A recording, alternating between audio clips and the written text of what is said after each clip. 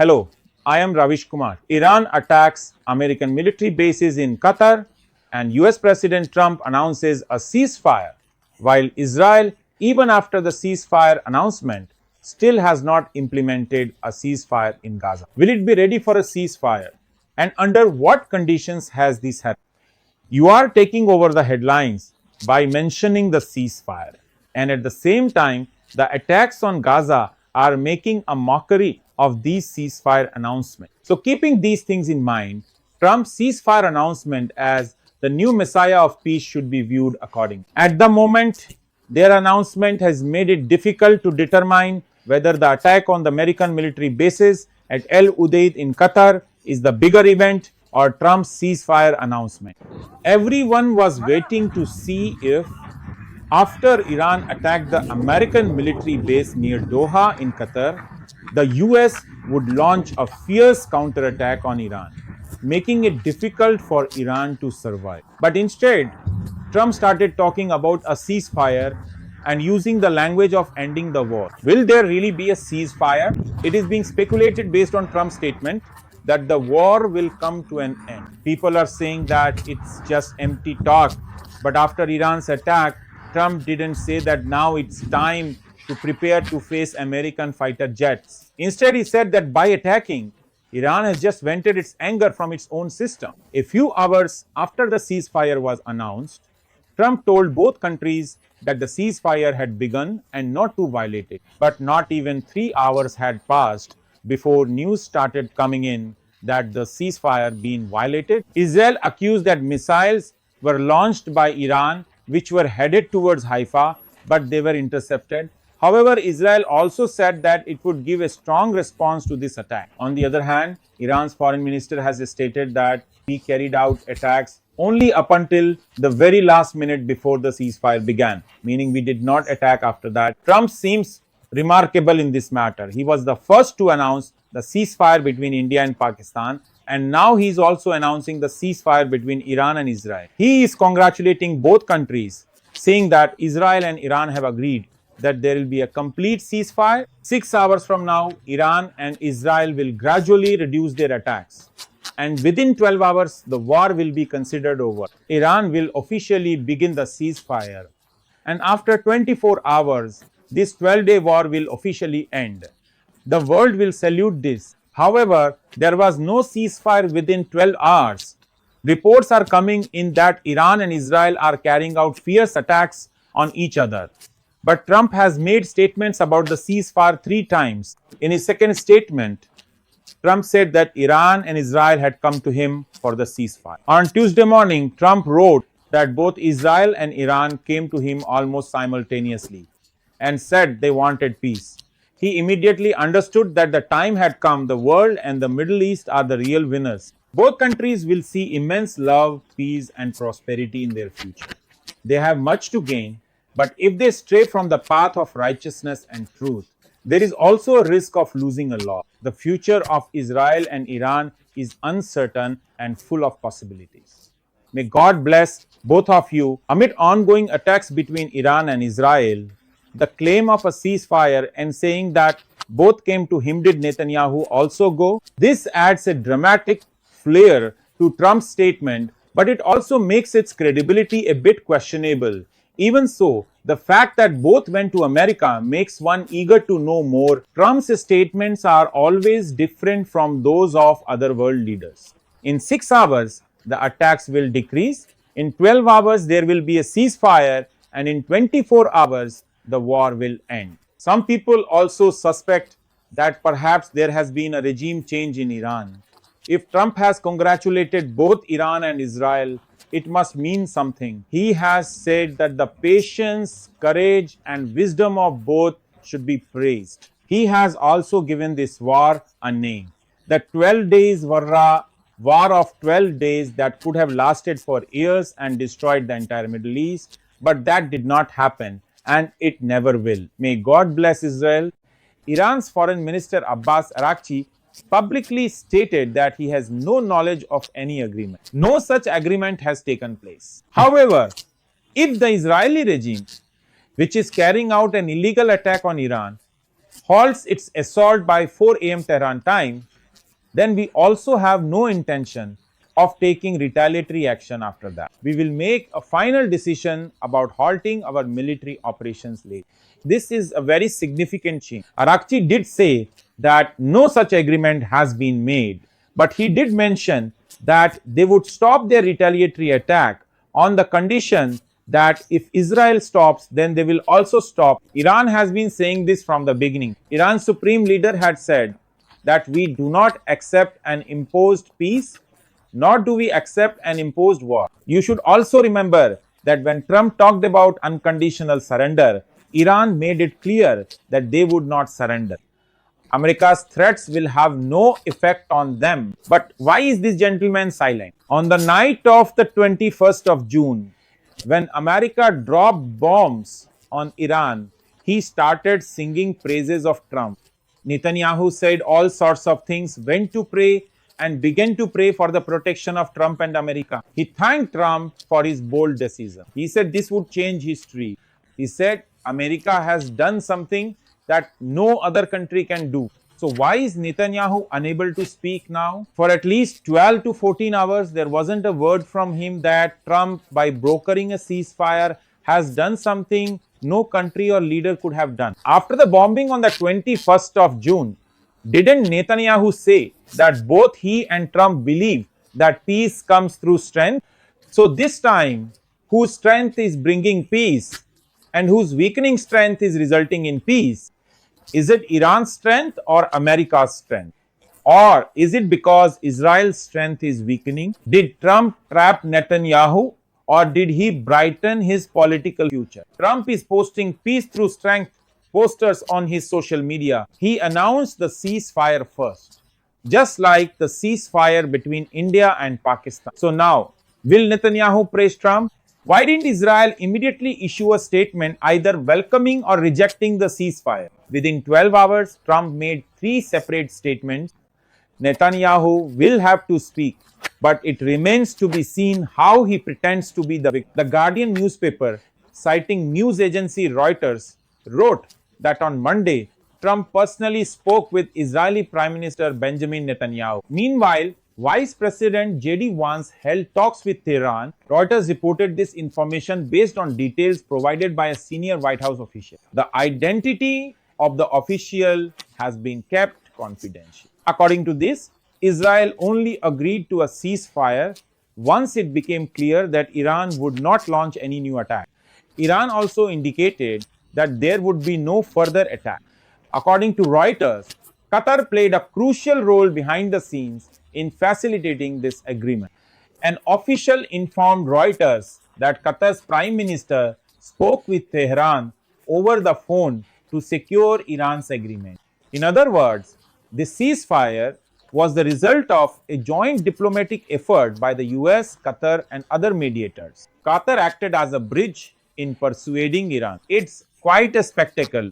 That's exactly why war is called a theater. Iran attacks Qatar, targets the American military base there, and Qatar claims it's an attack on its sovereignty, yet the same Qatar is brokering the ceasefire deal. Just a few days ago, diplomatic experts were declaring that diplomacy no longer exists in the world. No one's word can be trusted, and nothing anyone says has any lasting value anymore. If Qatar talking to Iran, Trump talking to Israel, and announcing a ceasefire isn't diplomacy, then what is?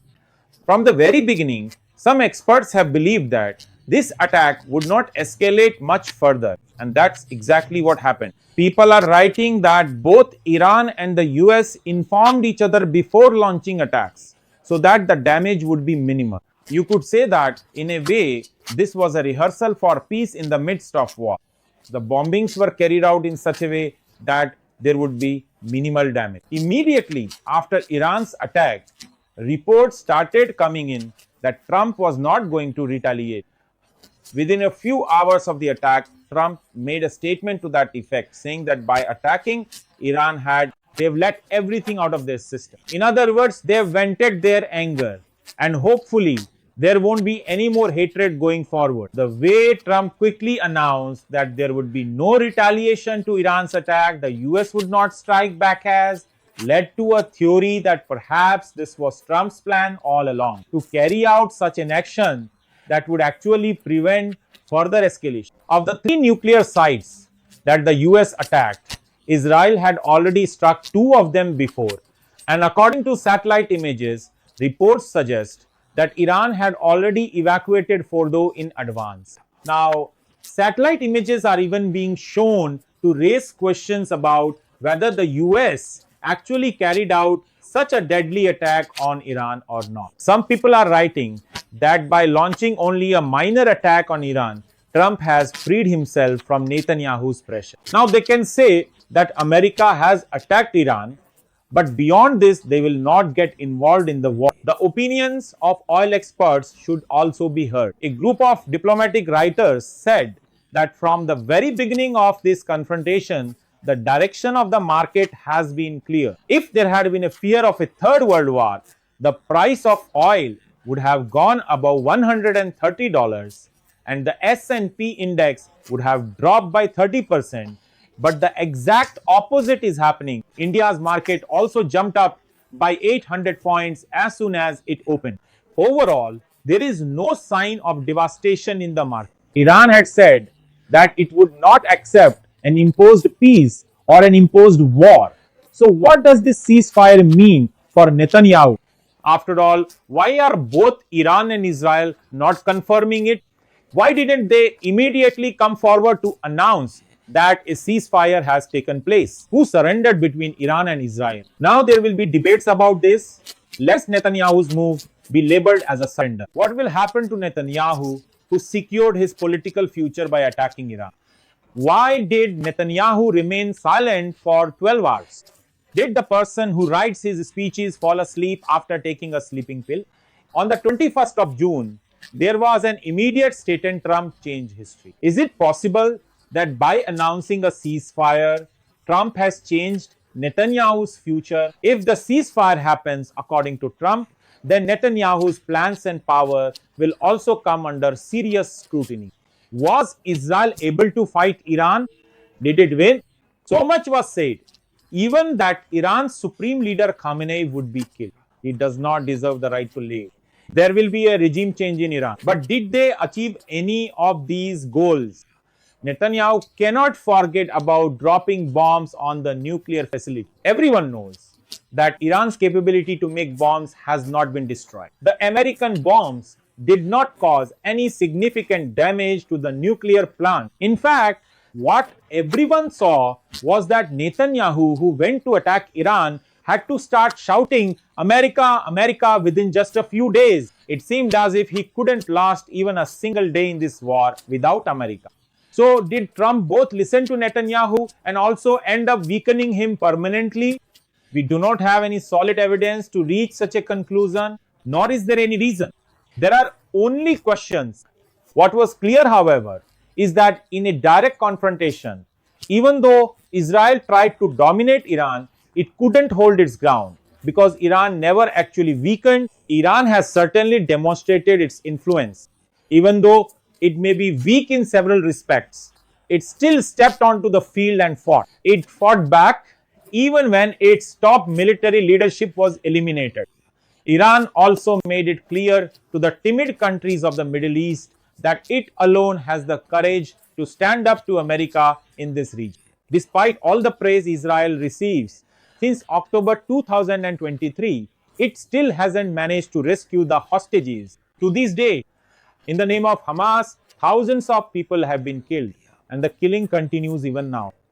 Yet, Trump negotiates with that same Hamas and manages to free an American hostage, which clearly shows that Netanyahu is nothing without America. In this war, Israel's supposedly infallible military power and strategy haven't really stood out. It's one thing to sometimes, by coincidence and often by deception, assassinate leaders from Iran to Lebanon. It's another thing to use Pegasus spyware on mobile phones to spy on someone from their bedroom to their bathroom. Such capabilities may exist. They do exist. But showing the courage to fight on the battlefield, under the rules of war is something entirely different from all this. Israel, which demonstrated the ability to cause a short circuit in a pager in the face of Iran's response, they do seem weak. They attacked Iran first, but couldn't force Iran into a ceasefire. The truth is, Netanyahu seems to be getting stuck. He probably didn't expect Iran to put them in such a situation. Netanyahu probably also didn't expect that he wouldn't get full support from the US. But one thing to keep in mind here is that America's stance towards Israel has changed for the long term. One shouldn't harbor such illusion. It's possible that given the unexpected protests in the US against the war and against Israel, a ceasefire has been called perhaps to gauge the situation, perhaps for a few years, because this project has been ongoing for many years and with much terror, so they can wait another year or two. This is the reason why, after dropping bombs on Iran's nuclear sites on the night of the 21st of June, the bomber stealth bomber is returned to America. Iran began attacking Israel and Israel began attacking Iran, but the US did not get involved. This made it clear that the US had indicated its role was limited to targeting nuclear sites and it would not engage in further war. When Iran threatened the US to be ready to face the consequences, the US responded that if American military bases were targeted, it would not hold back. After the bombing on the 21st of June, Iran declared that it would not spare the US. On Iran's state television, American military bases were explicitly shown on a map of the Middle East, indicating their locations and suggesting that Iran could attack these sites. However, after the attack on the Al Udeid military base in Qatar, the US did not retaliate. So, is this also a strategy to confuse? Just like when the US announced a 2-week deadline but bombed Iran within 2 days. In the same way, by making a statement about a ceasefire, is Trump planning something else? All we can do is wait and see. The video from the night of the 30th of June was nothing short of a declaration of war for the Middle East, but its terror did not even last 10 hours. It came and went just like an Instagram reel. Near Doha, the US has the largest military base in the Middle East. Here, the US has an airbase, and by launching missiles at it, Iran not only challenged America, but also the countries of the Middle East. Qatar described it as an attack on its sovereignty as well. Trump said that the attack on our airbase at Al Udeid was very weak. Iran had already given notice of the attack in advance. There were no casualties. Iran did all this just for show. I want to commend the Emir of Qatar for his efforts to maintain peace in the region. In 2020, during a visit to Iraq, Iran's military commander Qasem Soleimani was killed in Baghdad by an American drone strike. In response, Iran launched Operation Martyr Soleimani and attacked a US military base in Iraq. Since 2020, many people have been writing that after such an attack, things might calm down. Both the US and Iran might fire a single round each and then stop the attack. This is what happened in 2020 and it could happen again this time. What people said turned out to be almost. After Iran's attack, reports began appearing in the American media that Trump did not want to respond to that. Despite this, some people were still asking whether if Trump does not retaliate, the war will come to an end because they believe there is a third party involved in this matter who can no longer be trusted, and that is Israel.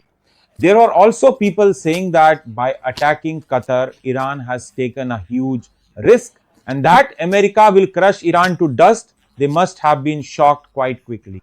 Trump, on the other hand, is clearly stating that Iran had indeed informed them prior to the attack and that the actual attack itself was remarkably weak. In other words, even after being significantly provoked, he steadfastly refused to react. After Iran's attack, late at night, the New York Times, a prominent publication, on this, journalist Glenn Greenwald tweeted that Iran is called an uncontrollable suicide cult. But this country has repeatedly shown restraint, acted pragmatically, and taken steps that are both in its interest and logical. The question is for them too. What did they achieve? Even after dropping bombs worth billions of rupees, the Fordo nuclear site was not destroyed. Trump did not eliminate the enriched uranium. Another question being asked is, when you went to attack with bombs, why did you use a missile to strike a nuclear site? Was your intention really to destroy it, or did you just want to drop a bomb to make a show of it? Speaking to Fox News, Vice President Vance said that it doesn't matter whether Iran had removed uranium from its nuclear sites or not. That was never even a question. That's what Vance is saying. The US is also saying that fighter jets had been withdrawn from the airbase in Qatar. These statements themselves raise suspicion. Was this all just a show? America drops bombs on Iran. Iran will attack an American base. America will call for a ceasefire. Even if this is all just a drama, Iran appears to be the main protagonist. The rest, if you like, can be called side act. What did Israel achieve by attacking Iran? And what did America achieve by dropping bombs on Iran? Did they accomplish even a single one of their objectives? The question is being raised. Is it possible that, thinking about Russia, America has withdrawn itself from a prolonged conflict in the Middle East? The president of Russia welcomes Iran's foreign minister in Moscow, and Akachi hands him a letter from Khamenei. Khamenei has asked Russia for support. According to reports, Putin said that Russia is taking steps to support Iran. So, does this meeting have any role in the announcement of the ceasefire? This is being discussed. Trump is saying that the ceasefire has saved the Middle East from getting entangled in a long-term war.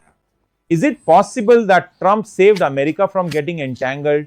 Because if America had gotten involved in the conflict, anything could have happened. America knew that it wouldn't be easy to destroy Iran so quickly. Iran demonstrated both restraint and courage. It confronted Israel intermittently and also continued its diplomatic effort. It acted just as any country claiming a civilization thousands of years old should. Iran knows it has one thing more than Israel, and that is courage and spirit. Those spreading news of rebellion within Iran may be proven right one day, because power should change hands everywhere. But in the past 12 days, there has been no sign of rebellion within Iran. In fact, experts have said that an airstrike does not bring about regime change. You have to fight on the ground and capture territory. Israel did not make any attempt to fight on the ground. Perhaps it no longer has confidence in its own capabilities.